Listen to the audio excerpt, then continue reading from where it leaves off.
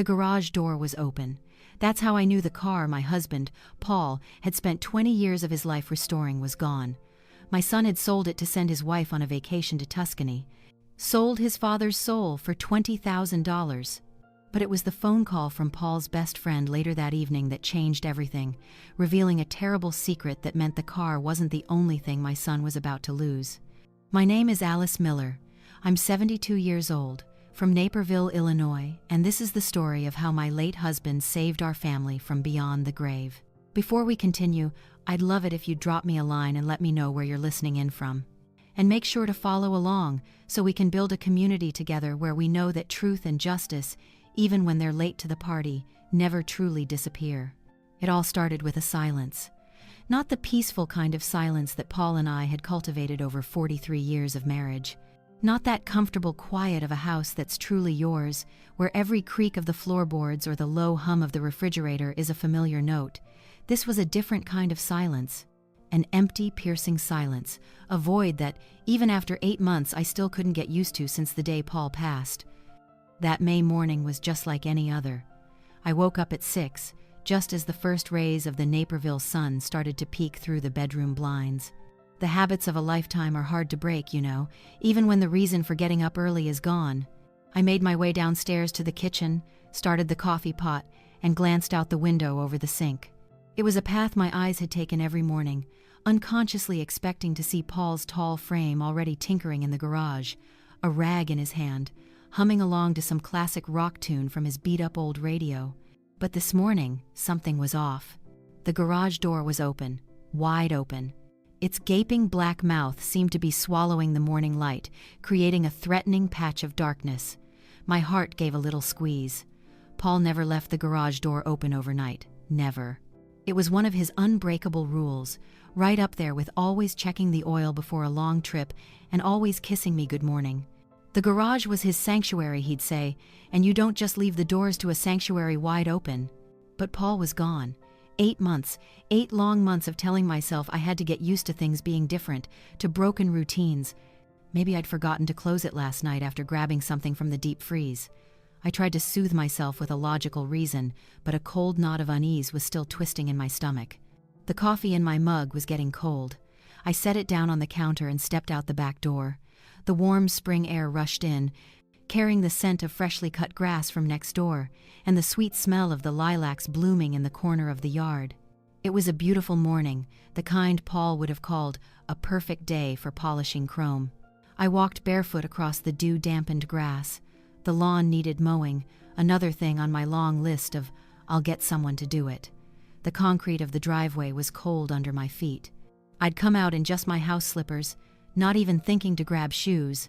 And that's when I saw it, or rather, when I didn't see it. The familiar oil stain was still there, a dark shadow right in the center of the garage floor, a testament to 20 years of patient work and a few drips here and there. It was a footprint, a permanent mark of a great love's presence, but the thing that had made the mark, the very soul of this garage, was gone. The space was just empty, nothing but emptiness. The 1967 Mustang Shelby GT 500, deep Highland green, the one Paul had poured 2 decades of his life into every single bolt, every piece of leather, every last chrome detail, it wasn't there. It wasn't just a car. It was a piece of our lives. It was Paul's retirement project, his pride and joy, the promise of the cross-country road trips we were supposed to take once I retired too. "I'm going to teach you how to tame this beast, Alice," he'd said with a laugh, just a few months before his heart gave out. My chest tightened. I had to grab the doorframe to steady myself, taking a deep breath, in through the nose, out through the mouth. The same technique I'd taught countless patients in the ICU over my 40 years as a nurse, and now I had to use it on myself. Inhale, think, act. But right then, I couldn't think of anything but that dead, empty space in front of me. I stepped inside. Everything else was exactly as he'd left it. Paul's workbench along the back wall was perfectly organized. His tools hung on a pegboard, each one outlined in black marker so he'd know exactly where it went. His red toolbox was shut tight. His workshop notebook was lying open beside it, its pages filled with his small, careful handwriting. With a trembling hand, I picked up the notebook. The writing on the last page looked a little more tired than usual, the letters not quite as steady.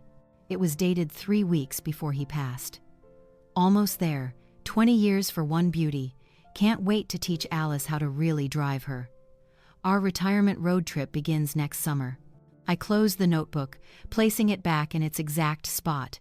The air in the garage still smelled like him, a mix of motor oil, old leather, and the orange-scented hand soap he loved. I could almost picture him standing there, could almost hear the music from his old radio, classic rock. He'd sing along when he thought I wasn't listening. The sound of a car engine on Oakwood Street pulled me back to the present. I turned. Kevin's shiny black BMW was pulling into my driveway. A lease, not owned outright. He'd told me that last Christmas, as if I should be proud. My son got out of the car. 40 years old, but he still had the posture of a kid who'd just done something wrong. I could see it even from across the yard. The slight hunch of his shoulders, the way he shoved his hands in his pockets, and most telling of all, the way he wouldn't meet my eyes. The passenger door opened. Amber stepped out. She looked, as always, perfect. Sleek black hair in a neat bun, designer sunglasses covering half her face, and an outfit that probably cost more than my monthly grocery bill. She stood by the car, watching me in the garage. Even with the sunglasses, I could feel her eyes sizing things up. Kevin walked toward me, stopping at the edge of the driveway. "Mom," I stayed silent, waiting. "I need to tell you something." "Where's the car, Kevin?" My voice was cold, flat. I'd learned to tuck my emotions away after 40 years of dealing with life and death. His jaw tightened. That's what I need to tell you." "I asked you, where is the car?" I repeated, putting a little steel into each word. He looked down at the ground, then at the empty space in the garage, and finally mumbled the answer. "I sold it."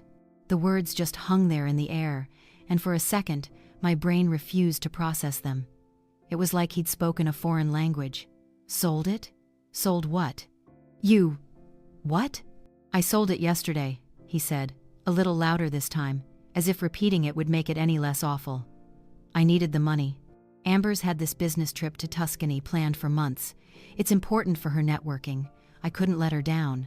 The tightness in my chest spread through my whole body. My hands started to shake, so I crossed my arms to hide it. "That was your father's car." "It was just sitting here," he said, his tone shifting into defense, getting harder. "Dad's gone, Mom. You don't even drive it." "Dad's gone." He said it so matter-of-factly. Kevin finally looked up at me. His eyes were a little red. "Tired. I got a good price for it, too. $20,000. Pretty fair for an old car like that." $20,000. $20,000 for a car Paul had spent every weekend on for 20 years. For a car he'd rebuilt piece by piece with his own 2 hands. For a car he'd promised would stay in the family forever. For a car whose actual value, to a collector, was probably 10 times that. I wanted to scream. I wanted to grab my son by the shoulders and shake him until he understood what he had done. But the head nurse in me took over, keeping my voice even while everything inside of me was shattering. "When did you take it?" "Yesterday afternoon, while you were at the grocery store." He still had a key. A key from when he lived here, before he moved out, before he met her. I never asked for it back. And Paul always left the garage unlocked. He said he liked to be able to walk right in whenever an idea struck him. "You should have asked me." "And if I had, would you have said yes?" He shot back. "No," I said, the word coming out sharp and final. "I never would have said yes." That's when Amber walked over. She moved like she owned the driveway, the yard, the whole neighborhood. She stood next to Kevin, placing a hand on his arm. Her fingernails were a perfect blood red. "Alice," she began, her voice soft, but dripping with condescension. "We don't need to make a scene. It's done. The car is sold. We're flying to Tuscany tomorrow." I looked at her. Really looked at her. She'd been married to my son for 2 years, and I still felt like I knew nothing about her. Not where she grew up, or what her parents did, or anything real about her life before Kevin. She smiled a lot, but it never, ever reached her eyes. "This is between my son and me," I said, my voice dangerously calm. "I'm his wife," she replied, her hand still on his arm. "What's between you and him is between all of us now." Her voice was so reasonable, so pleasant, as if she were explaining something simple to a child. Kevin needed the money. The car was just collecting dust. It was a practical decision. It was his father's. His father is gone, she said, bluntly, without a trace of emotion. And Kevin is trying to build a life. We both are. Surely you can understand that. I didn't think I could say another word. I just looked at Kevin. He avoided my eyes again. Amber's hand was still on his arm, a clear gesture of ownership. "We'll send you pictures from Tuscany," Amber said. She smiled. "You'd love it. The architecture, the museums. It's so romantic." The casual cruelty of that sentence, as if she had no idea what she was saying. Or maybe, just maybe, she knew exactly. Kevin shifted his weight. "We should go. Still have to pack." "Yes," Amber said, gently tugging his arm. "We have an early flight." They walked back to the BMW. Kevin glanced back once, just for a second. He saw me standing there, in his father's garage, arms crossed, in my house slippers. Then he got in the car. Amber's window rolled down. "Take care of yourself, Alice. We'll see you when we get back." The BMW backed out of the driveway and sped off. I watched until it turned at the end of Oakwood Street. And then I was alone. Completely alone. I walked back into the garage and stood right in the middle of the oil stain. The silence felt different now that the car was gone. Emptier. The morning sun streamed through the open door, lighting up the little dust motes dancing in the air. I picked up Paul's notebook one more time and opened it to the last page. I read his words again, about teaching me to drive, about our retirement trip, about 20 years of work finally being complete. His coffee mug was still on the shelf, stained from years of use, the handle worn smooth by his grip. I'd washed it after he died, but I couldn't bring myself to put it away. Everything of his was still here, his tools, his workbench, his radio, the scent of him in every corner, and that gaping hole where the Shelby was supposed to be. I clutched the notebook to my chest. The sun was getting warmer now. Somewhere down the street, a dog barked, a lawnmower sputtered to life, the normal sounds of a normal morning. After 8 months as a widow, I thought I'd run out of tears. But standing there in that garage, holding Paul's notebook and staring at the empty space my own son had created, I felt them welling up all over again. I pulled the garage door shut, flicked off the light, and walked back to the house, the notebook still in my hand. The space where the Shelby used to be looked like a wound that would never heal. And that was only the beginning. For the rest of the day, the house was filled with a heavy silence, different from the empty quiet of the morning. This was the silence of grief settling in, of betrayal seeping into my very bones. I didn't do a thing. I just sat at the kitchen table with Paul's notebook open in front of me, but my eyes weren't reading the words. I stared at the lines, at the careful numbers he'd recorded, and saw our life playing out between them. I saw Kevin as a little boy, toddling after his father in the garage, his hands smudged with grease. I saw the proud smile on Paul's face when Kevin tightened his first bolt all by himself. And then I saw the image of him turning his back on me this morning, leaving a hole not just in the garage, but right in the middle of my heart. I tried to rationalize what he'd done. He's young, I told myself. He's in over his head with an ambitious woman. He wants to prove himself, to give his wife a better life. But no matter how hard I tried, I couldn't shake the feeling that I'd been sold out by the very child I'd brought into this world. His father's legacy, his mother's heart, all of it had a price tag, and that price was a trip to Tuscany. Evening fell without me even noticing. I didn't turn on the lights. The darkness wrapped itself around the kitchen, the only light coming from the pale yellow glow of the streetlight outside, painting long, eerie shadows on the walls. This house, once so full of laughter and warmth, now felt as cold as a tomb. And then the phone rang. The sharp, cold ring tore through the quiet darkness, making me jump. I looked at the caller ID, an unknown number. I didn't want to answer, probably just another telemarketer. But the ringing was persistent, urgent, as if it were an emergency. Finally, I picked it up, my voice dry and raspy. "Hello? Excuse me, is this Mrs. Miller? Alice Miller?" A deep, slightly gravelly man's voice came over the line. It sounded familiar, but I couldn't place it right away. "Yes, this is she. Who's calling, please?" There was a pause on the other end, and I could hear the man let out a heavy sigh. "Alice, it's me. Henry Clark." Henry Clark. The name was like a key. unlocking a part of my memory. Henry, Paul's best friend. They'd grown up together, fixing beat-up bicycles and later bonding over their love for roaring engines. Henry owned a classic car restoration shop on the outskirts of Chicago, a place Paul considered his second home. But it had been a long time since I'd spoken with him. Since the funeral, we'd only exchanged a few holiday cards. "Henry? Oh, Henry, it's so good to hear your voice. It's been too long," I said, a little warmth unexpectedly creeping back into my voice. "You too, Alice. I'm sorry I haven't been in touch more. This thing with Paul, it's still hard to swallow." His voice grew heavy. "But I'm not calling just to catch up. Alice, are you home alone? Are you sitting down?" His rapid-fire questions brought back the cold knot of unease from the morning. "Yes, I'm sitting. What is it, Henry? You sound so serious." "It is serious, Alice," he said. "I just bought Paul's Shelby back." My heart skipped a beat. You bought it back? How?" "Some young car flipper brought it to my shop this afternoon, bragging about how he got a steal from some kid who needed cash in a hurry. The moment I saw it, I knew. There was no mistaking it. That little scratch on the right fender Paul never got around to fixing. I gave the kid $30,000 for it, 10 grand more than he paid, just to get him out of my sight. I didn't know what to say. Part of me was flooded with relief, as if a piece of Paul's soul had been returned. But the other part was drowning in shame. "Henry, I don't know what to say. Thank you. Kevin, my boy." "Hold on, Alice," Henry cut me off, his voice becoming urgent. "That's not all. That's not even the main reason I'm calling. The real value of that car, in its condition, is at least $220,000. The number stunned me into silence. 220,000, and Kevin had sold it for 20. "But that's still not the most important part," Henry went on, not giving me time to process. "Alice, Paul left something inside the car, something he wanted you to have. I think it might be the real reason the car was sold off in such a hurry. Something. What is it?" "I don't know. I haven't touched it. But I know Paul. He was a careful man.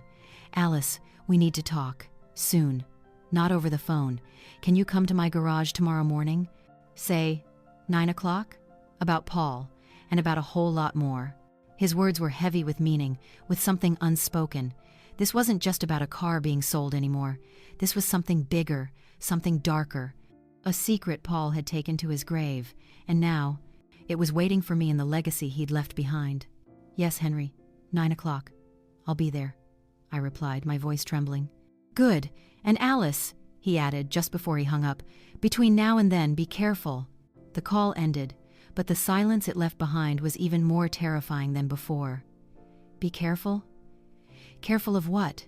Of whom? I sat there in the dark, Henry's words echoing in my head. A secret, something Paul wanted me to know, and a warning. I didn't sleep that night. I tossed and turned, my mind racing with 1,000 questions. What did Kevin know? Did he know about this thing in the car? Or was he just a foolish boy blinded by his wife's greed?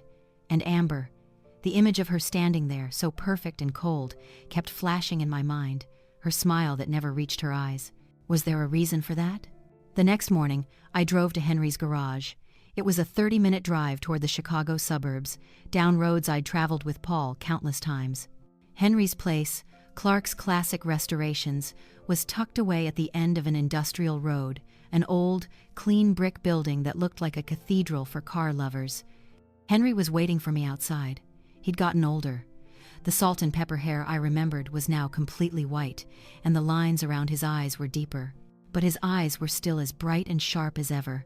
He was wearing a pair of greasy blue overalls, the familiar uniform of a man who'd spent his life working on machines. He gave me a long, tight hug, the kind of hug old friends give, full of quiet understanding. "Thanks for coming, Alice."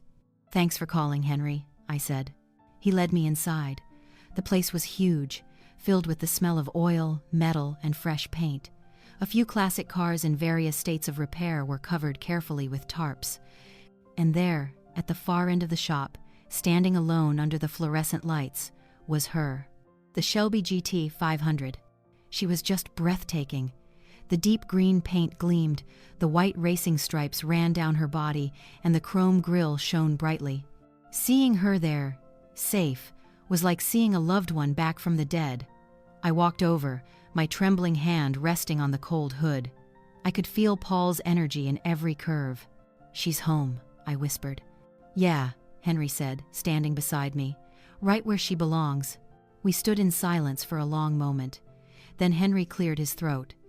"Alice, before I show you what Paul left, I have to ask you something, and it might be hard to hear." I turned to look at him. "Go ahead." He looked me straight in the eye, his expression grim. "Alice, do you remember in the will, Paul left Amber a significant inheritance from his life insurance policy?" The question hit me like a splash of cold water. Yes, of course," I stammered. "I remember, it was even more than my share. I was surprised at the time, but Paul said he wanted to make sure Kevin and his family were set for the future in case anything ever happened to him. I thought it was a noble thing to do." Henry nodded slowly, a sad look on his face. "I thought so too. We all did. But Alice, it wasn't a noble gesture. It was a mistake, a fatal mistake. And it was the beginning of everything." Every word he spoke was like a hammer blow to my chest. The beginning of everything? A fatal mistake? I didn't understand. "Henry, what are you talking about?" "Have a seat, Alice. This is going to take a minute." He pulled 2 old stools into the middle of the shop. We sat down, facing each other, with the Shelby standing by like a silent witness to this fateful conversation. And then, Henry began to talk. To tell me a horrifying truth he had only just pieced together, a truth that would forever change how I saw the last 8 months of my husband's life and the woman my son called his wife. The air in Henry's garage suddenly felt thick, suffocating. The familiar smell of motor oil now seemed to carry the scent of death. I sat on the stool, my hands clenched together in my lap, trying to keep them from shaking. "Henry," I started, my voice barely a whisper, "you're scaring me. What on earth happened?" Henry didn't answer right away. He glanced over at the Shelby, a pained look in his eyes, as if he were looking at a soul and not a machine. "You know, Alice," he said slowly, "Paul was a meticulous man. He documented everything. Every oil change, every tightened bolt, every strange noise the engine made. He believed in data, in evidence. He wasn't the type to just imagine things." He paused, looking directly at me. "And about 5 months before he passed, Paul started to have his doubts about Amber." My heart jumped into my throat. "Doubts? Doubts about what?" "It was little things at first," Henry continued. "The stories she told about her past, they didn't add up. The name of the college she went to, her first job, small details that would change with each telling. Paul, with his engineer's mind, he picked up on the inconsistencies. He started digging." "Digging?" "He never said a word to me," I said, a new pain striking me, the pain of being left in the dark by my own husband. "He didn't want to worry you, Alice. He thought maybe he was just being an overprotective old fool. He wanted to have proof, something solid, before he brought it up. He hired a private investigator." A private investigator. Paul, the most straightforward and honest man I'd ever known, had hired a detective to look into his own daughter-in-law. The gravity of the situation suddenly became heavier than I could have imagined. "And what did he find?" I asked, holding my breath. Henry took a deep, shaky breath. "He found everything, Alice. Amber Roberts isn't her real name. She'd been married twice before she ever met Kevin. Both men were older, had elderly parents, and significant assets. And both marriages ended the same way. After a short time, the parents would die suddenly, and all the assets, somehow, were transferred to Amber right before she disappeared without a trace." I was frozen on the stool. Every word Henry said was like a shard of ice hitting my skin. This wasn't an ambitious daughter-in-law. This was a monster, a professional predator. "Oh, dear Lord," I whispered, my hand flying to my mouth. "It gets worse, Alice," Henry said, his voice now trembling with a mixture of anger and grief. "About 3 months before he died, once Paul had all the proof, he did something he probably shouldn't have. He confronted her." He confronted her?" "Yeah. Alone. He thought he could handle it. He showed her what he'd found. And do you know what she did?" Henry looked at me, his eyes filled with bitterness. "She put on the performance of a lifetime. She broke down, sobbing. She spun this whole sob story about an abusive past, about having to change her name to escape. She swore that she truly loved Kevin, that his love had saved her, and she promised to change, to give everything back, to start over. And Paul believed her? I asked, though deep down, I already knew the answer. Paul had a good heart, Alice, Henry said. He wanted to believe in the best in people, especially the woman his son loved. He gave her a chance. He agreed to keep her secrets, on the condition that she prove she was truly sorry. And that, Henry's voice broke, that was the biggest mistake of his life. He stood up and began to pace the shop floor, running his hands through his white hair. Right after that confrontation, Paul's health started to go downhill, fast. Do you remember? The doctors were so confused. They said that with his heart condition, he should have had years left, but then he just got weaker and weaker, tired, confused. I remember, I said, a lump forming in my throat. I thought it was just the disease. I blamed myself for not taking better care of him. It wasn't your fault, Alice. Henry spun around, his voice sharp. It was her. All last week, I kept thinking about the last thing Paul said to me. He said he didn't feel like himself, that everything was foggy. Those words, they haunted me. So I did something crazy. I went to see the pharmacist on the corner, the one who's filled Paul's prescriptions for the last 10 years. He stopped, collecting himself. I asked him about the last few prescriptions Paul was on, and he confirmed my worst fear. For the last 2 months of Paul's life, Amber had insisted on picking up his medication. She said she wanted to help, to take some of the burden off you, and the prescription had been changed. Changed? Not completely. The main heart medications were still there, but she had convinced the doctor to add a few supplemental drugs, claiming Paul had insomnia and anxiety. Those drugs, on their own, are harmless. But when combined with Paul's heart medication, Henry's voice cracked into a sob, they create a deadly cocktail. They don't kill you outright. They slowly, gradually sap your strength, weaken your heart, cause confusion. They make the death look perfectly natural, like a complication from heart disease. My world was spinning. I had to grip the sides of the stool to keep from falling off. My husband, the love of my life. He hadn't died from an illness. He was murdered. Murdered, slowly, deliberately, right inside our own home, right under my nose, and I had been completely oblivious. The tears started to fall then, hot tears of horror and rage. Why are you only telling me this now, Henry? Why didn't you go to the police? Because I have no proof, Alice, he yelled, the helplessness raw in his voice. It's just the word of an old pharmacist based on a hunch. The medical records will only show that the drugs were legally prescribed by his doctor. There's no proof of a switch, no witnesses.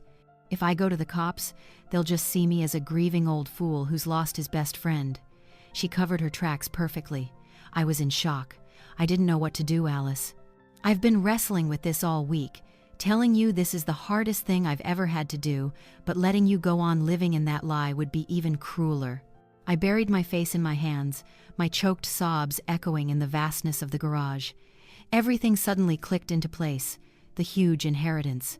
Paul's sudden decline after he confronted her. The desperate, hasty sale of the car. It was all part of a plan so evil, so monstrous, it was hard to comprehend. Henry sat down beside me, his rough mechanic's hand on my shoulder, an awkward but sincere gesture of comfort. I'm sorry, Alice. I'm so sorry you had to hear this from me. I lifted my head, wiping away my tears. The grief was still there, tearing me apart, but underneath it, something else was beginning to form, something cold, hard, and sharp. It was resolve. You said, I began, my voice regaining a sliver of its strength, that Paul left something in the car, something he wanted me to have. Henry nodded. Yes, he was preparing for the worst. He left you a weapon, Alice, a weapon for you to fight back. He got up, walked over to the Shelby, and opened the driver's side door. He leaned in, reaching his hand under the dashboard in a place no one would ever think to look. There was a faint click. A section of the leather paneling beneath the steering wheel popped open, revealing a small, hidden compartment. Inside was a small, black flash drive and a carefully sealed envelope. Henry gently removed them and placed them in my hands. They felt impossibly heavy, not from their physical weight, but from the weight of the truth they contained. Here, Henry said, his voice full of reverence. This is Paul's real legacy. This is his final will and testament. I stared at the two objects in my palm, a flash drive and a letter. They were what was left of the last 8 months of my husband's life. A silent investigation, a lonely battle, and a warning from beyond the grave. I knew that once I opened them, my life would never be the same. But I also knew I had to. For Paul, for justice, and for my foolish son, who was sleeping soundly in the arms of a viper. I sat motionless on the stool, the two objects Henry had given me resting in my palm. The flash drive was small and cold. The cream-colored envelope was thick, carefully sealed. The air in the garage seemed to stand still. Time itself felt suspended. Henry stood a few feet away, saying nothing, giving me the space to face my husband's final legacy. He understood this was a sacred, painful moment. My hand trembled as I touched the seal. I could feel the weight of unspoken words, of the secrets Paul had carried alone in his final days. Taking a deep breath, I slowly broke the seal with my thumbnail. Inside was a single sheet of paper, folded into quarters. I instantly recognized Paul's neat, right-slanting script. The handwriting that had been with me for 43 years, from clumsy love letters in our youth to birthday cards and little notes left on the fridge. But these words felt different. There was an urgency, a desperation, and a profound sadness behind each letter. I unfolded the paper. My dearest Alice. Just reading the first line, my throat tightened. It's what he always called me. If you are reading this, it means I failed. I wasn't able to protect our family in the way I'd hoped. I'm sorry, Alice. I'm sorry for leaving you to face this storm alone. I was a fool to believe her tears. I underestimated the cruelty of greed. I don't have much time. I can feel it. The fog in my head gets thicker every day. I can't trust anyone, except for Henry. This flash drive contains everything. It's the work of the last 6 months of my life. It is the truth. Use it, Alice. Use it to protect Kevin. He is a victim in this. Never forget that. He is blinded by love, a love that's been twisted and used against him. Don't hate him. Save him. And protect yourself. On the drive, I've left information about an investment portfolio I started years ago in secret. It was a long shot, but it paid off. Use that money. Consider it our war fund. Don't let anyone take away your independence. Live, Alice. Live the rest of your life to the fullest. I love you more than words can ever say. Forever yours, Paul. My tears fell again, but this time they weren't tears of horror. They were tears of love, of grief, and of immense gratitude. Even facing his own death, he was thinking of me, of Kevin. He hadn't given up. He had fought back in his own quiet way, leaving me the tools I needed to finish the fight. I folded the letter and carefully put it in my jacket pocket, close to my heart. Then I looked at the flash drive. "Henry," I said, my voice steadier now, "may I use your computer?" "Of course, Alice, right this way." He led me to his small office in the corner of the shop. It was a cluttered space, piled with invoices, parts catalogs, and half-empty coffee mugs. But the desktop computer in the corner looked modern enough. Henry booted it up and then stepped back, leaning against the door frame, giving me privacy but staying close enough to help. I plugged the drive into the computer. A new drive icon appeared on the screen labeled simply Evidence. I double-clicked it. Inside was a file system organized with the precision of an engineer. The first folder was labeled Amber Roberts, True Identity. I opened it. Inside was a detailed report from the private investigation firm, her real name, date of birth, place of birth, scanned copies of old birth certificates and driver's licenses, and then the marriage and divorce certificates. The first marriage was in Phoenix, Arizona. Husband, a 65-year-old widowed doctor. His mother died of a sudden stroke 6 months after the wedding. The mother's house was sold and the proceeds transferred to a joint account with Amber just before her death. Amber vanished 3 weeks after the funeral. The second marriage was in Tampa, Florida. Husband, a 8-year-old small business owner who had just inherited the family company. His father died of complications from diabetes 8 months after his son's wedding. The company was sold, the money invested in a business opportunity presented by Amber. She disappeared with every last cent. The pattern repeated itself with cold, ruthless efficiency. I felt sick to my stomach. The second folder was labeled Recordings. My heart pounded. I put on a pair of headphones, not wanting Henry to hear this painful moment. I clicked on the single audio file inside, labeled Confrontation, Feb 15. Paul's voice came through, deep and clear, but I could hear the strain beneath it. "I don't understand, Amber. Why the two different names? Why the two marriages you never told Kevin about?" And then came Amber's voice, sobbing, broken. It was a masterclass in deception. I'm so sorry, Dad. I was so scared. My first husband, he was abusive. I had to run away, change my name. I thought that past was behind me. I didn't want Kevin to know. I didn't want him to look at me with pity. I just wanted a fresh start. She wept. She pleaded. She swore her love. But listening to it now, knowing the truth, I could hear the falseness in every sob. It was too perfect, too theatrical, like something out of a movie script. Paul, with his good heart, had been completely taken in by the performance. I heard his voice soften, full of sympathy and regret for ever doubting her. I shut off the recording, disgust rising in my throat. The final folder was labeled Finances, Securing the Future. I opened it. Inside was a detailed Excel spreadsheet. It was the biotech stock portfolio Paul had mentioned.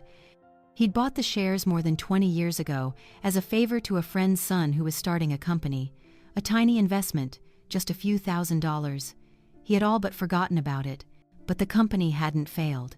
It had quietly grown, and 2 years ago, it had been acquired by a massive tech conglomerate.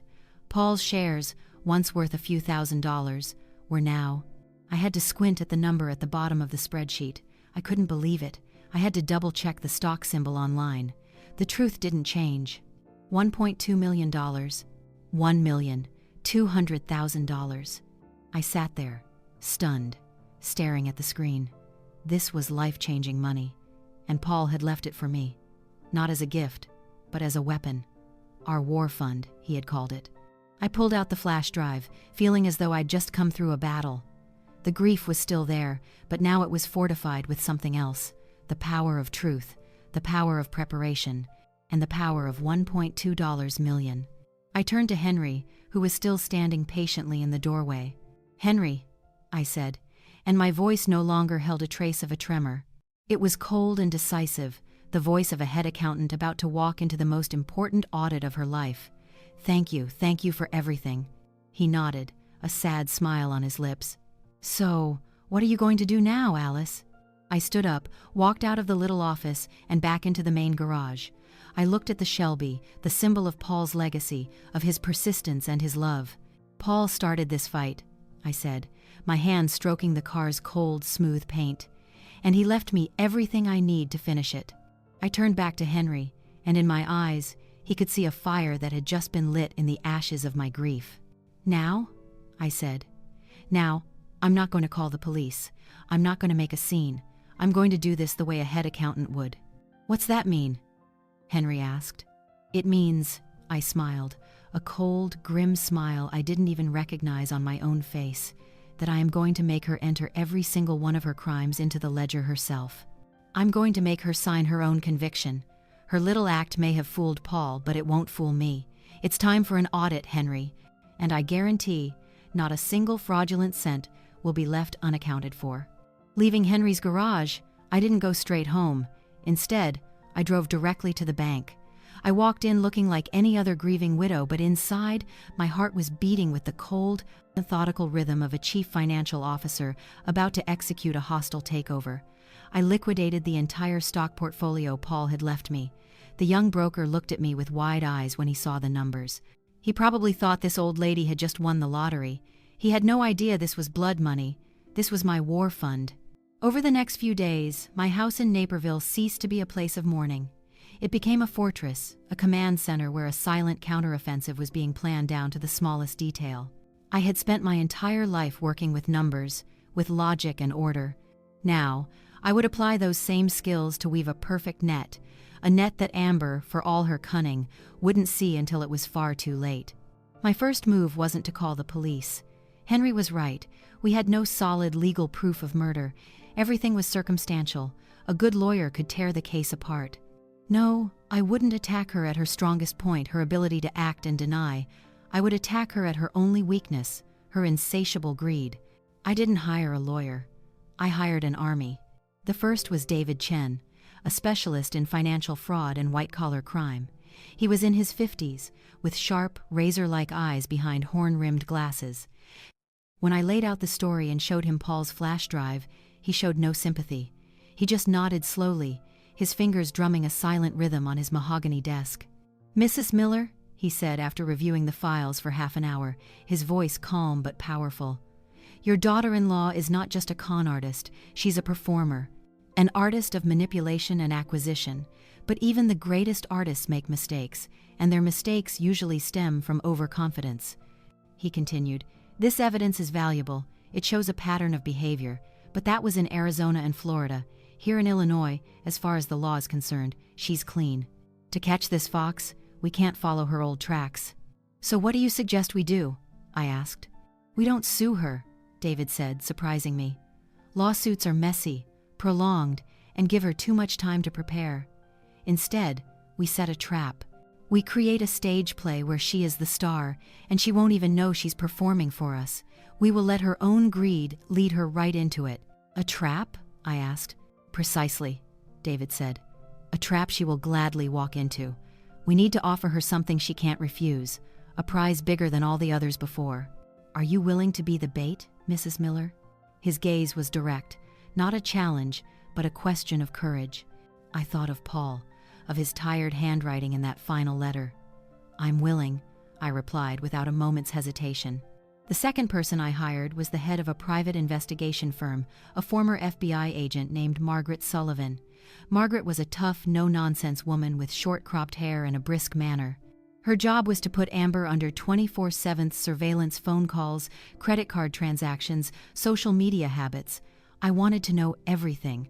The final, and perhaps most crucial, member of my team was a forensic accountant named Frank Barnes. Frank was a short, bald man with an extraordinary mind for sniffing out dirty money trails. In my living room, once the scene of family movie nights, we held our strategy meetings. Together, we mapped out a plan. It was bold and intricate. "Here's the idea," David began, pacing in front of the fireplace. "Amber thinks you're an easy mark. A grieving, lonely old woman who is about to come into a large sum of cash from the sale of her house. She won't be able to resist. So, we're going to hand her that opportunity on a silver platter." Frank Barnes picked up the thread. "We'll set up a shell corporation, a phantom real estate investment fund. We'll give it a solid, trustworthy-sounding name.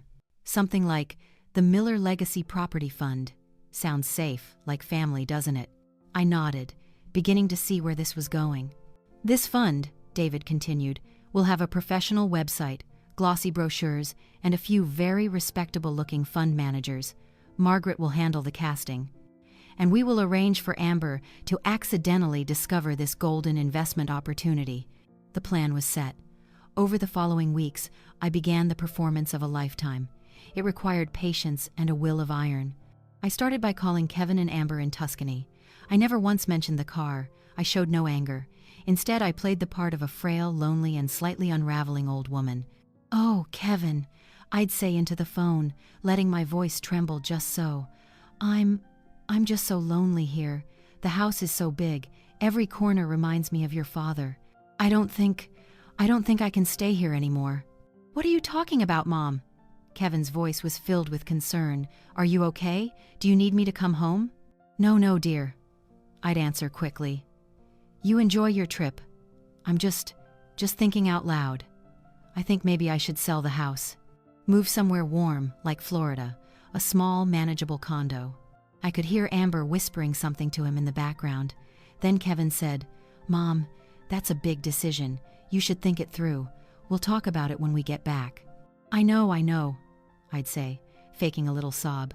"But I'm just so tired, Kevin. I just want some peace." I had planted the first seed. Meanwhile, my team worked tirelessly. Margaret found a couple of retired community theater actors, distinguished-looking older men, to play the fund managers. Frank created an elaborate web of forged documents, from financial statements to investment contracts. David prepared the legal framework to ensure our trap was ironclad. I also began to change my habits. I let the garden get overgrown. I accidentally let a few bills go past due. I told my neighbors I was getting forgetful, that the upkeep of the house was becoming too much for me. I knew that word, one way or another, would get back to Amber. I was crafting an image, a perfect cover for my role, a wealthy, grieving, and increasingly incompetent widow. The perfect prey. A week before they were due back, I made my next move. I called Kevin. "Kevin, honey, you remember Mrs. Susan from down the street?" "Yeah, Mom. What about her?" "Well, she was just telling me about this wonderful real estate fund she's invested in. It's for retirees. The returns are excellent, and it's very safe. It's called, let me see, the Miller Legacy Property Fund. See? It even has our name in it." I could practically hear Kevin's interest perk up. "Really, Mom? Have you looked into it?" "I've seen their website. It looks very professional. But you know me, I don't understand these things. You know, since Amber works in real estate, maybe she's heard of it? When you two get back, could you look at it for me? I'd really like to invest the money from the house sale and have a little nest egg for my old age." "Of course, Mom," Kevin replied instantly. "I'll tell Amber. She's great at this stuff, don't you worry." The bait was in the water. The fish had seen the lure. Now, all I had to do was wait for the shark to go for it, and in doing so, tighten the net around herself. Those days of waiting were the longest of my life. I lived on a knife's edge of tension. By day, I was pitiful old Alice.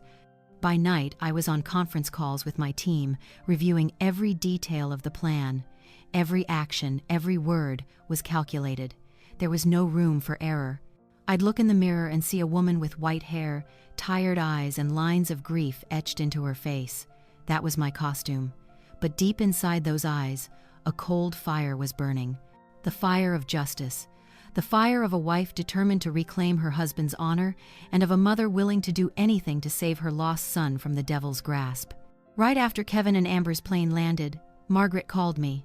"Mrs. Miller." Her voice crackled over the phone. "She's taken the bait. We've tracked her IP address.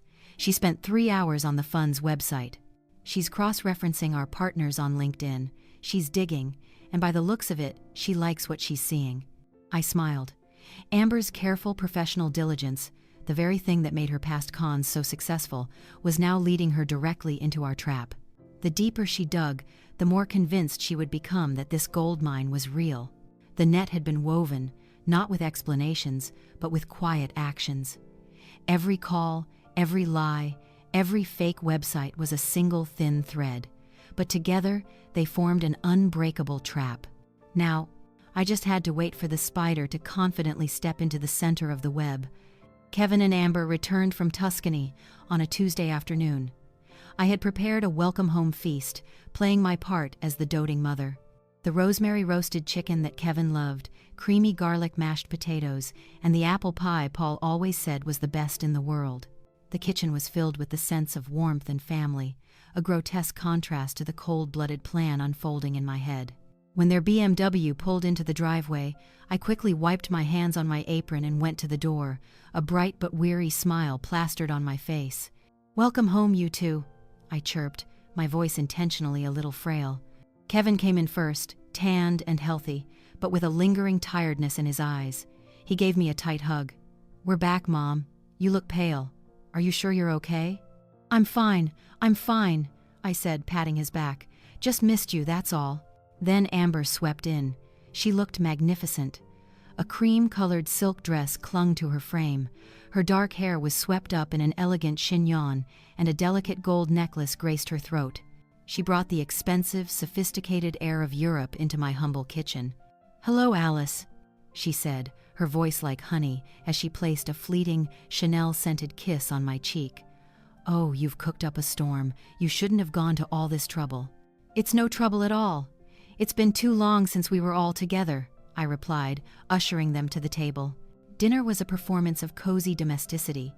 Amber chattered on about Tuscany, the sprawling vineyards, the ancient villas, the lavish parties she'd attended. She spoke of fantastic networking opportunities and potential investors she'd met. Kevin sat beside her, listening, enraptured, his eyes full of adoration for his brilliant wife. He was like a schoolboy listening to a lecture about a world he desperately wanted but could never quite reach. I just listened, nodding and smiling, playing the part of the old mother trying to keep up, but in my mind, every word she said was being coldly analyzed. Her greed was barely veiled. It was there in her descriptions of designer goods, in her casual disdain for hotels that were only 4-star, and in the way her eyes lit up when she talked about money. After dessert was served, I knew the time had come. I cleared my throat, feigning a bit of hesitation. "Oh, Kevin, did you get a chance to look at that investment fund I mentioned?" Kevin's face lit up in recognition. "Oh, I almost forgot. Amber, I told you about that fund Mom found, the Miller Legacy Fund or something. Did you check it out?" Amber took a sip of her wine, her red lips curling into a slight smile. "I did take a look," she said casually. "Their website is quite professional. Clean interface, clear information. But Alice," she turned to me, her eyes feigning deep concern, "there are a lot of funds like this out there. You have to be so careful. So many of them are just scams." "Really?" I said, widening my eyes with feigned innocence. "But my neighbor, Susan, she speaks so highly of it. She said the returns have been very steady." "And what does Susan know about investing?" Amber chuckled, a condescending little laugh. "Don't you worry, this is my area of expertise. Let me do a thorough background check for you. I'll call them, look into their management team, review their financial statements. I won't let you put your money anywhere that isn't completely secure." A shark smelling blood in the water. I could almost hear the gears turning in her head. "Oh, that would be wonderful," I said, my voice full of gratitude. "Thank you so much, Amber. I really don't know what I'd do with the money from the house sale. Leaving it in the bank, it just loses value to inflation, and I'm too scared to invest it myself." "You don't have to worry about a thing," Amber said, placing her hand over mine.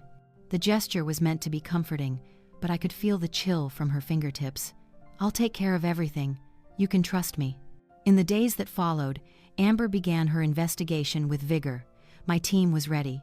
When she called the number on the website, a consultant, one of Margaret's actors, answered with polished professionalism. When she requested financial reports, a flawless set of forged documents was in her inbox within the hour. Every question she had was answered smoothly and convincingly. One evening, she and Kevin came over to my house, Amber's face glowing with excitement. "Alice, I have wonderful news," she announced the moment she walked in the door. "I've done a deep dive on the Miller Legacy Fund. They are 100% legitimate. Their management team is all ex-Wall Street heavy hitters. Their performance history is impeccable. This is a golden opportunity, Alice." "Is it really?" I asked, trying to suppress the triumphant feeling rising within me. "Absolutely," she declared.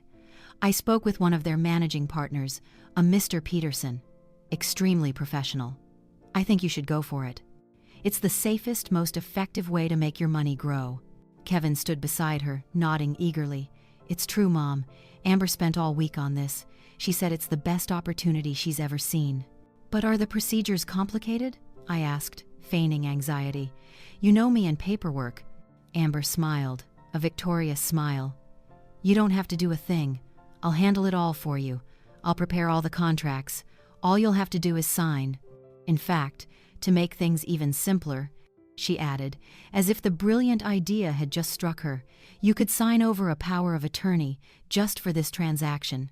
That way, I can execute everything on your behalf. And you won't have to run around." There it was, her end game. She didn't just want me to invest, she wanted total control. I pretended to hesitate for a long moment. I looked at Kevin, then back at Amber. "I don't know, giving you control of everything." "Mom," Kevin said quickly, "Amber's family. She just wants to help you. You can trust her completely." "That's right," Amber said, her voice syrupy sweet. "I'll treat your money as if it were my own. I'll take good care of it. This is the best way to secure your future, and also, for our future, down the road."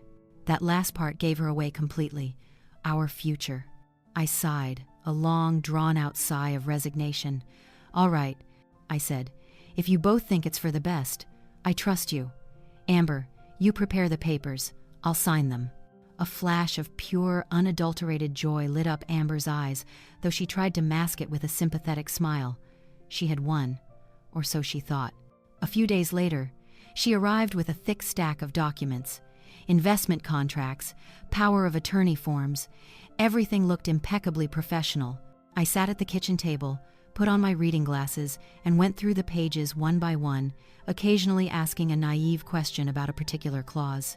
Amber patiently explained everything, her tone that of an expert guiding a novice.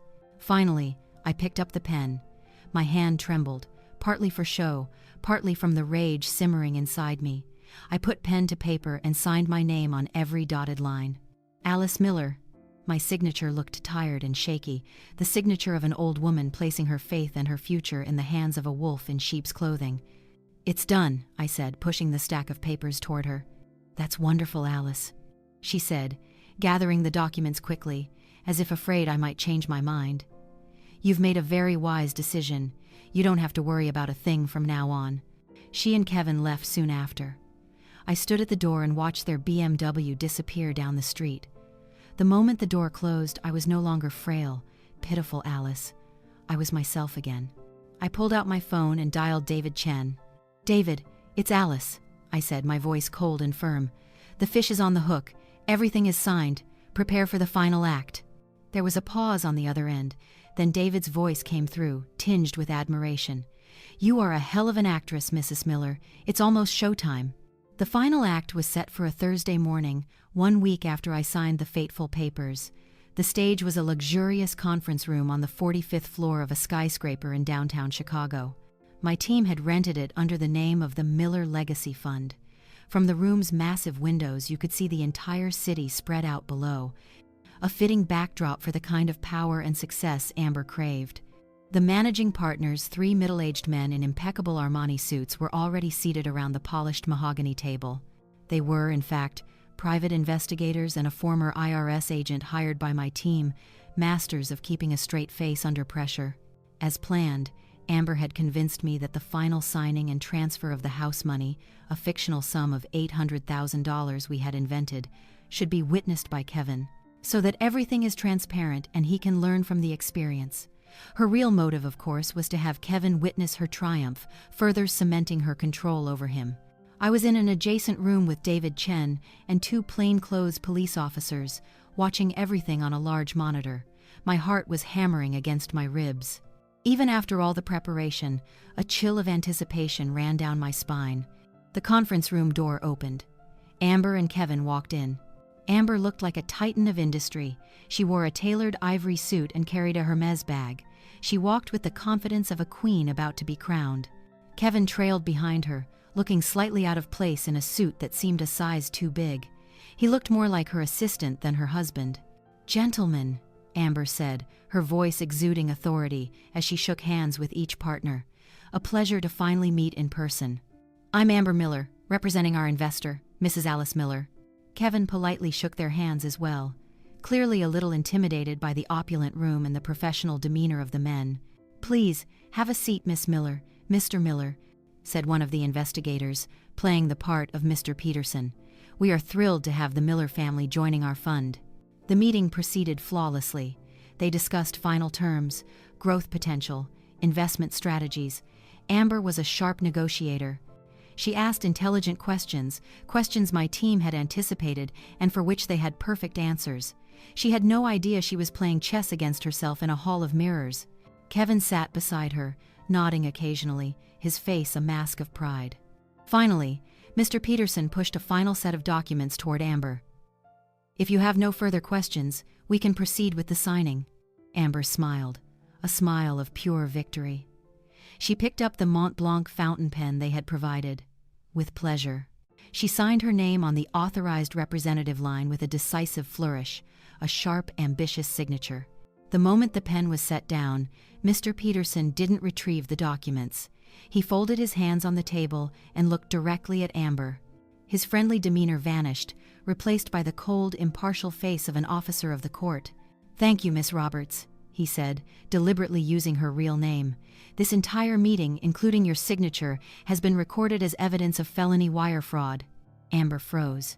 The smile on her face turned to stone. What did you just say? Roberts? You have the wrong name. I'm a Miller." "We don't think so," another partner said, placing a file on the table. He flipped open the cover to reveal a copy of Amber's real birth certificate. The conference room door swung open. I walked in, followed by David Chen and the two police officers. The color drained from Amber's face in an instant. Her expression shifted from confusion to disbelief, then to pure rage. Her eyes shot daggers at me. "You? What are you doing here? Is this some kind of sick joke?" She turned to Kevin, who sat frozen like a statue, his eyes wide with incomprehension. "Kevin, darling, tell them. What's wrong with your mother? Tell them to stop this ridiculous game." Kevin stammered. "Mom, Amber, what is happening?" I walked to the opposite side of the table, the cold mahogany the only barrier between us. David Chen and the officers stood silently behind me, their presence turning the boardroom into an interrogation room.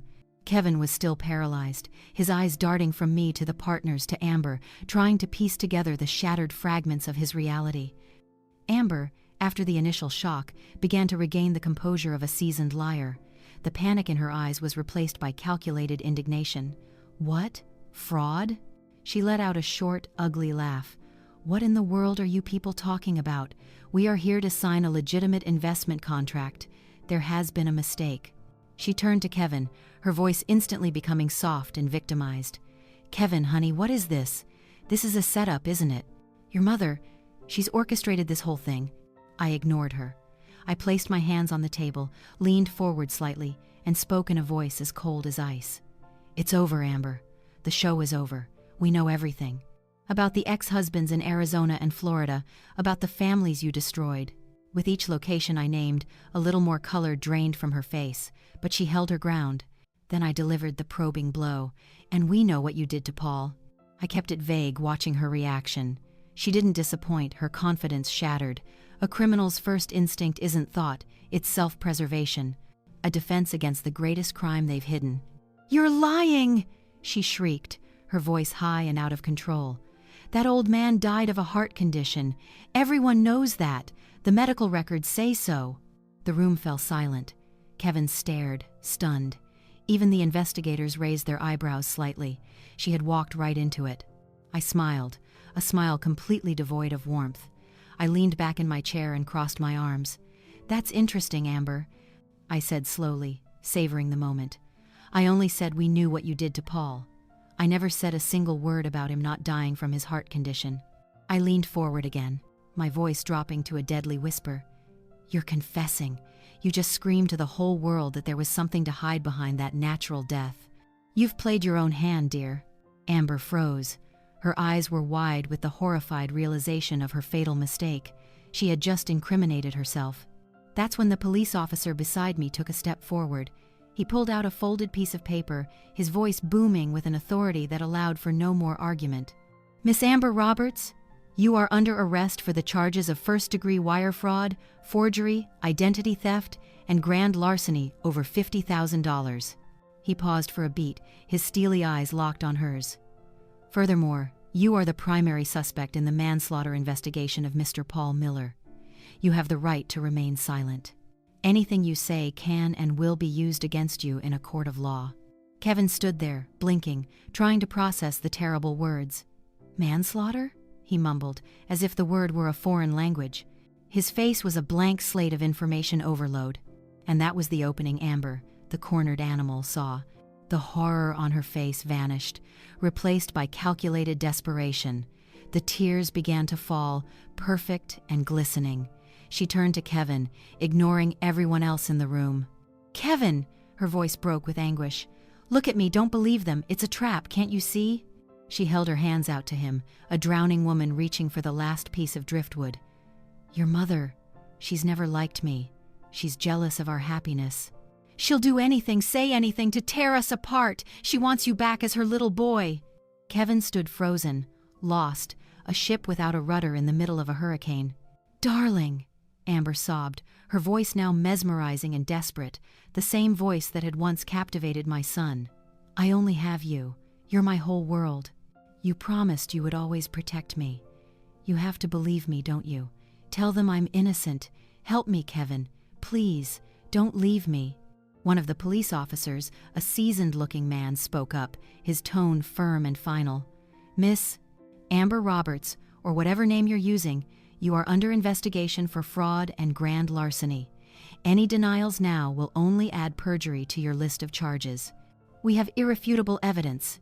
He nodded toward Mr. Peterson, who had turned to the next pages in the file, revealing copies of offshore bank account statements in Amber's real name, forged documents. The officer took a step forward, his cold eyes fixed on Amber, who was desperately trying to play the victim. His voice rang out, not as an accusation, but as an undeniable fact. "Miss Amber Roberts," he began, "in addition to the fraud charges, we also have an official warrant to reopen the investigation into the suspicious death of her husband." He nodded slightly toward me. "Mr. Paul Miller." Then he looked directly at Amber, his voice dropping to a menacingly low tone. "Obstruction of justice in a manslaughter investigation is a very serious crime, Miss Roberts. It could ensure you never see the light of day again." Those words, manslaughter investigation, finally pierced through the fog enveloping Kevin's mind. He whipped his head around, not to me or the police, but directly at Amber. The pleading in his eyes was gone, replaced by a dawning horror. "Manslaughter?" he repeated, his voice trembling. "Amber, what are they talking about?" Amber's silence in the face of that question was more damning than any confession. Kevin took a step forward, the defensive wall Amber had tried to build around him beginning to crumble. "Amber, answer me." His voice was almost a beg. "Is what they're saying, is it true? The things about my father? Why? Why would you do that?" It was an innocent question, a question from a broken heart still trying to find a reason, a logical explanation for the illogical. And that question, that final shred of Kevin's weakness and confusion, was the last straw. The fear in Amber's eyes vanished. The tears dried up instantly. Her entire plan, her entire career of deception, had collapsed. There was nothing left to lose. The mask of elegance and sweetness fell away, shattering on the floor. What was left was the true face of a cornered animal, an animal now filled with nothing but contempt and hate. She laughed, a sharp, crazed, chilling laugh that echoed through the conference room. "Why?" She repeated Kevin's question, her voice dripping with mockery. She looked him up and down as if he were something vile. "You really want to know why?" Her eyes were bloodshot. The fear had turned into a rabid fury. "Because that old man got in my way. He was too smart, too nosy. He almost ruined everything." "And because of you!" she shrieked, pointing a perfectly manicured red nail at Kevin's face. "Because you are so stupid, so weak. You believed every word I said, did everything I told you to do. Did you really think someone like me could ever love a pathetic failure like you?" She took a step forward, and this time, no officer stopped her. They knew the play had to be seen through to its end. "You were just a tool, Kevin, a key to open the door to your family's fortune, and when a key is no longer needed, you throw it away. Your father figured that out, you." She sneered. "You're still too stupid to see it." "Yes," she roared, her voice shrill and piercing. "Yes, I did it. All of it. Are you happy now?" The entire room was silent, save for her ragged breathing. She turned to me, her eyes filled with hate. "This is all your fault, you miserable old hag. You should have died with your husband." Then she turned back to Kevin, who stood there, his face as white as a sheet, his body trembling. The ultimate contempt was written across her beautiful features. "And you," she hissed, jabbing a finger at his face. "You spineless, stupid fool. Did you think someone like me could ever love a failure like you? You're weak, predictable, and as desperate for approval as a puppy. You were just a tool, a ladder for me to climb, and you weren't even a very good one." Every word was a knife twisting in Kevin's heart. He staggered, grabbing the back of a chair to keep from falling. The world he believed in, the woman he worshipped, it was all a lie. "Cuff her," the officer ordered. As the cold steel snapped around her wrists, Amber didn't stop screaming, spitting a torrent of curses. She was led away, but her hateful gaze remained locked on Kevin until she was out the door. The door slammed shut. Silence descended upon the room. All that was left was the sound of Kevin's silent sobs, the choked, agonizing gasps of a man who had just watched his soul be torn to shreds. I stood there, watching my son break. There was no triumph in me, only a vast, endless sorrow. The play was over, and all of us, in one way or another, had paid a terrible price. The luxurious conference room on the 45th floor, which had just witnessed the climax of a deceitful drama, was now engulfed in a suffocating silence. The distant wail of police sirens fading on the Chicago streets below was the only sound that broke the stillness. Amber was gone, leaving behind a chaotic void and a broken man. Kevin remained frozen by the chair, his body shaking uncontrollably.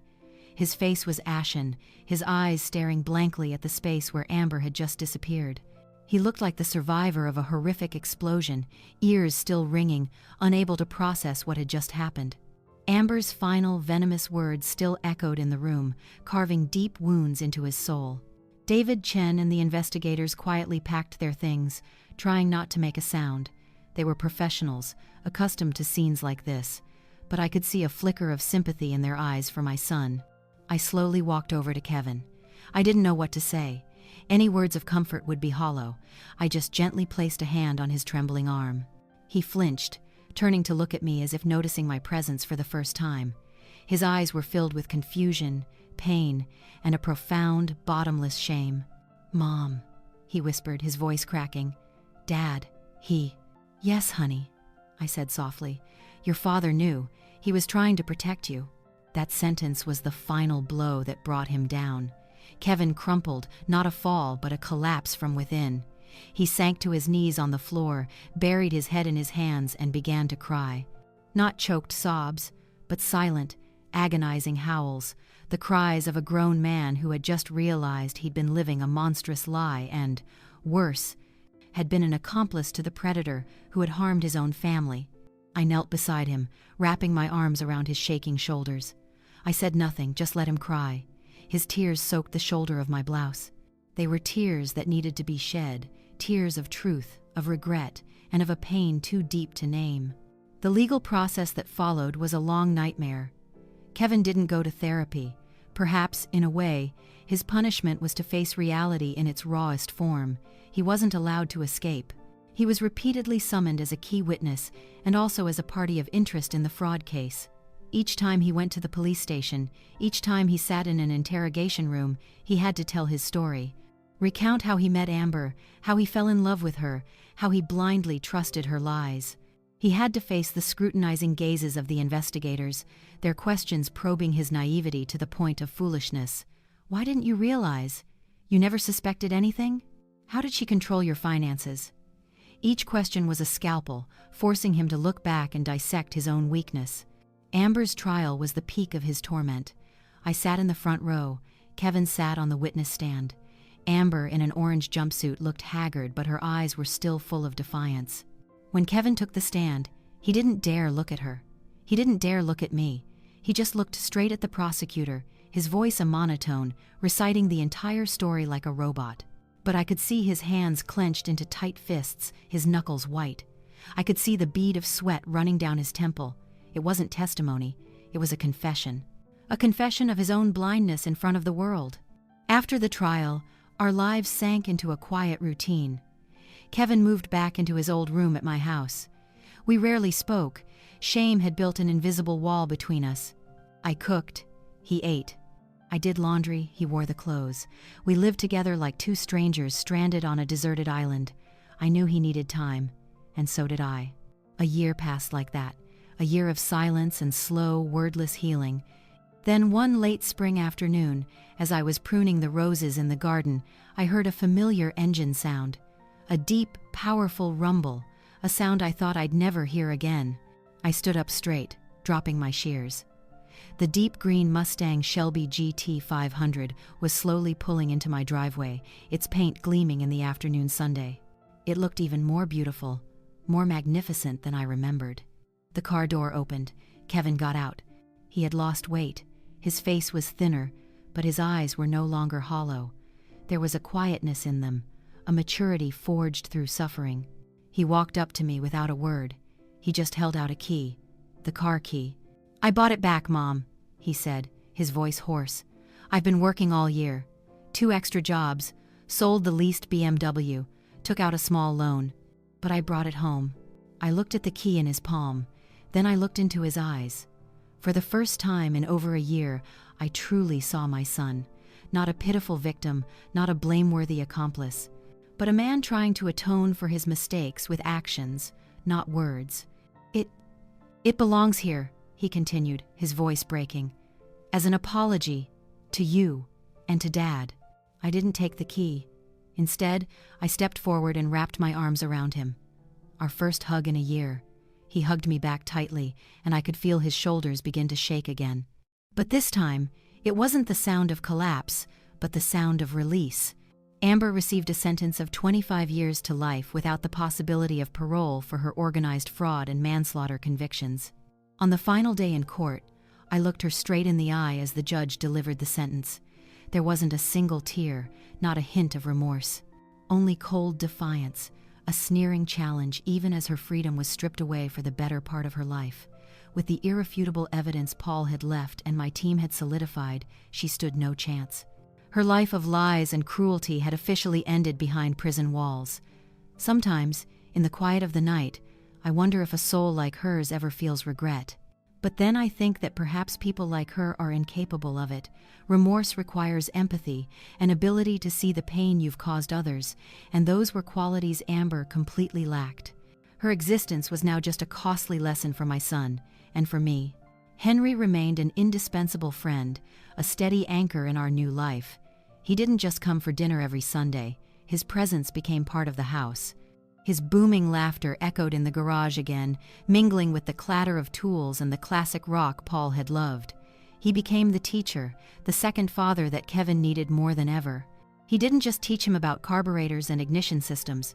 He told him stories of Paul as a young man, of the times they stayed up all night fixing an old engine, of his father's dreams and his failures. Through Henry's stories, Paul came alive again, not as a saint, but as an ordinary man with an extraordinary passion. Henry helped Kevin reconnect with his father in a way no one else could. And Kevin, my son. His healing was not a straight path. It was a silent, painful struggle. The invisible wall between us had crumbled the day he brought the Shelby home, but the shards of shame and guilt remained. We didn't talk much about the past, not because we were avoiding it, but because we didn't have to. Our understanding was in the shared meals, where he was always the one to clear the table without being asked. It was in the afternoons spent gardening together, where he would patiently listen to me talk about each rose bush his father had planted, and most of all, it was in the way Kevin was always the last one to leave the garage at night, carefully checking the lock, a small act that held a promise to never let that mistake happen again. But his true atonement was found in the very place where his sins had begun, the garage. He didn't go back to his architecture job. Instead, he asked Henry for a position as a mechanic's apprentice at his shop. By day, he learned from Henry. But in the evenings and on weekends, our garage became his sanctuary. He didn't just care for the Shelby. He started taking on small projects, fixing up old cars for neighbors. He immersed himself in the work, in the smell of oil, in the feel of cold metal and familiar tools in his hands. The hands of an architect, once used to clean blueprints, were now calloused and stained with grease. I would often sit on the back step, watching him work under the warm yellow light of the garage. He would pore over Paul's notebook, comparing his father's notes to the actual engine. Sometimes he would mumble to himself, as if in conversation, asking for Paul's advice.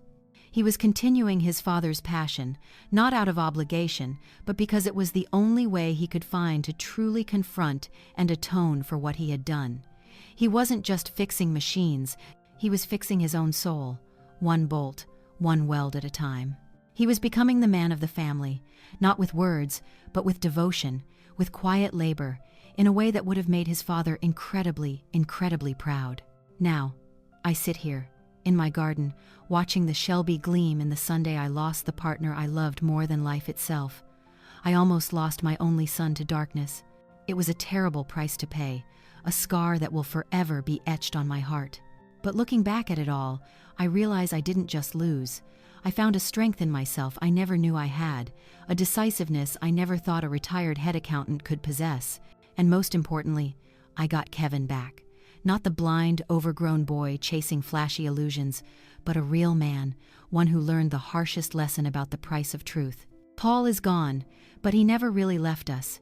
He left a silent will, not on paper, but in every nut and bolt of that car, in the steadfast friendship of Henry, and in the unconditional love of a father, a love strong enough to chart a course, even from beyond the grave, to lead his lost son home.